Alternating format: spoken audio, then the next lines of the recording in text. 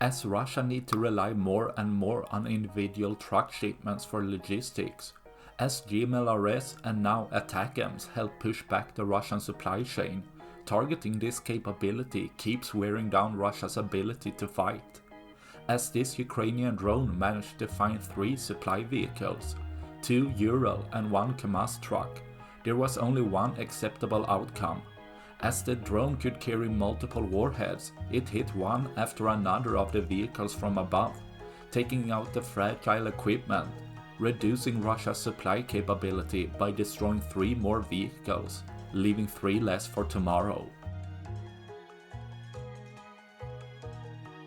That's all I had for this video.